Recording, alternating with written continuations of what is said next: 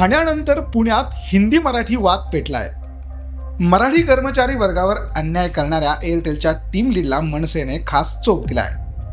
एअरटेलच्या कर्मचारी वर्गाला फ्लोअरवर हिंदीतच बोलायचं, मराठी बोलले तर कामावरून काढून टाकेल असा सज्जड दम देण्यात आला होता। मग काय, त्या एअरटेल टीम लीडरला मनसे कार्यकर्त्यांनी चांगला चोप दिला।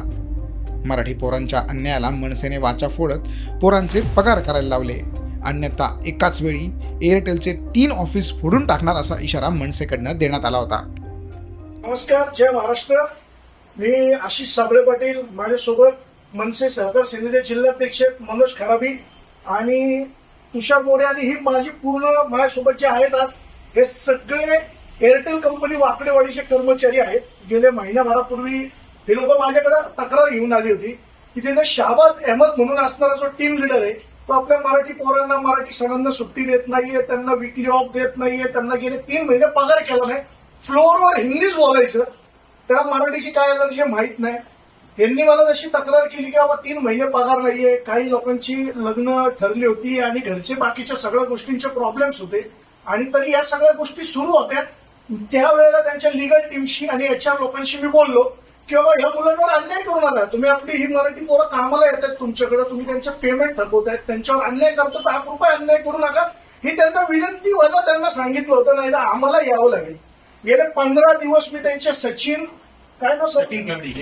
खर्डी म्हणून HR आहे, त्यांच्याशी मी चर्चा करतोय आणि ते एकच गोष्ट सांगतात की मी 2 दिवसात वरिष्ठांशी बोलतो, 4 दिवसात बोलतो, तरी त्यांनी काय तो प्रॉब्लेम सॉल्व्ह केला नाही। आज शेवटी हे सगळे कर्मचारी त्यांचा पगार मागण्यासाठी ऑफिसला गेले, तर त्यांना म्हणला कौनसी भी सेना लेके आओ, वो मनसे लेके आओ, नहीं तो शिवसेना लेके आओ, कौनसी भी सेना लेके आओ, मैं तुम्हारा पेमेंट नहीं करूंगा, फ्लोर पे हिंदी बात करने का मेरे को हिंदी आता नहीं, और तुम सब लोग को टर्मिनेट करके मैं मेरे गांव से यूपी से लोग लेके आऊंगा और यूपी वाले सब लोग इधर काम में भरती करूंगा। हे मला समजल्यानंतर मी तात्काळ तिथे गेलो, त्याच्याशी आज चर्चाच करायला गेलो। आमचे सहकार सेनेचे जिल्हाध्यक्ष पण आले। आज आम्ही चर्चा करत असताना आजही त्याचा तो ॲरोगंट स्वभाव तिथे दिसला।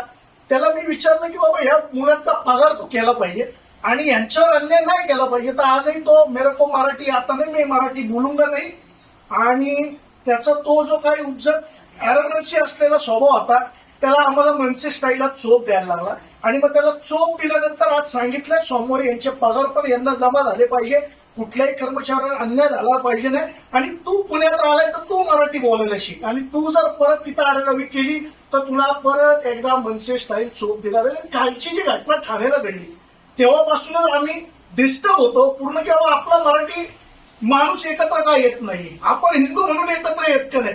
म्हणजे आज ऑफिसच्या ठिकाणी, व्यवसायाच्या ठिकाणी, कामाच्या ठिकाणी, उद्योगाच्या ठिकाणी सगळीकडे जर आपण मराठी म्हणून ही भाताची 5 बोटं एकत्र आलो नाही तर आपल्यावर अन्याय होणारे, ही येणाऱ्या काळाची गरज आहे की आपण एकत्र पाहिजे। की एखादा माणूस UP बिहारवरनं येतोय शाहबाज अहमद नावाचा आणि तो आपल्या इथल्या मराठी पोरांना सांगतो तुला टर्मिनेट करतो, गावावरनं पोरं आणतो, फ्लोअरवर मराठी नाही बोलायचं, हिंदीच बोलायची।